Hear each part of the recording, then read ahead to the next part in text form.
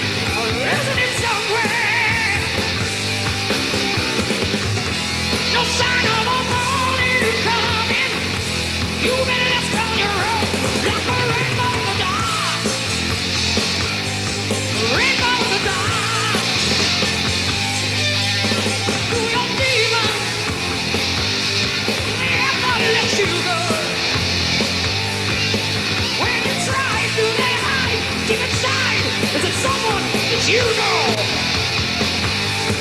you're just a picture, and you've been caught in time. We're alive, you and I will walk without a rhyme. No sign of a morning coming. You've been left on your own, like a rainbow in the dark. Just a rainbow in the dark.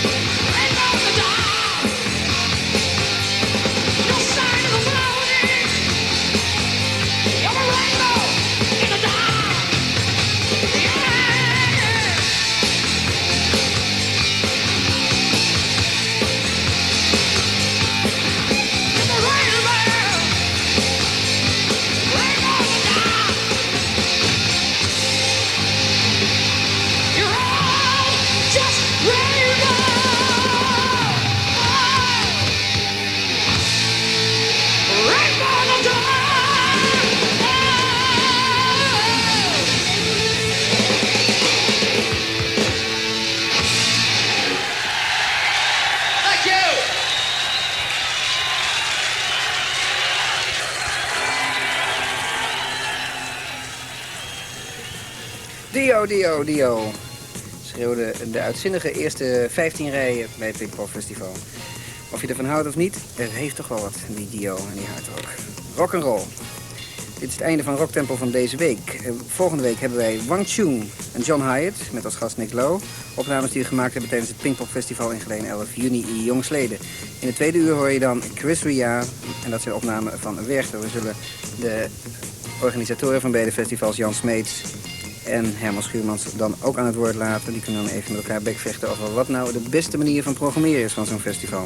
Op 3 oktober is de allerlaatste uitzending van Rocktempel. Je weet dat we vanaf oktober niet meer bestaan.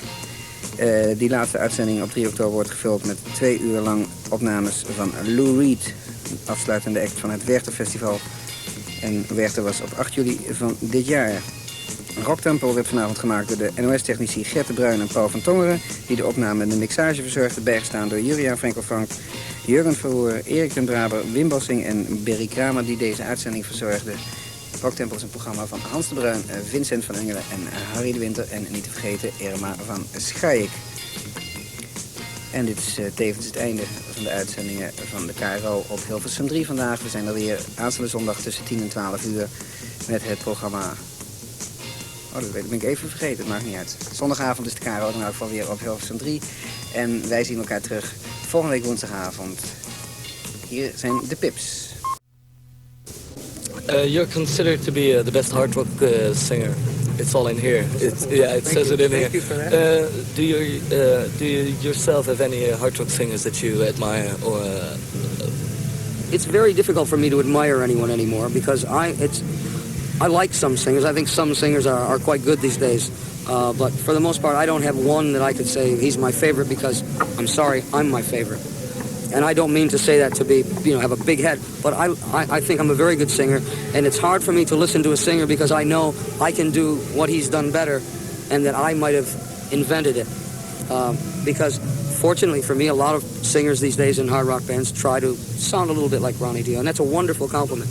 But I will say I like Klaus Meine very much. Klaus is a good friend, a very dear friend. I love him a lot.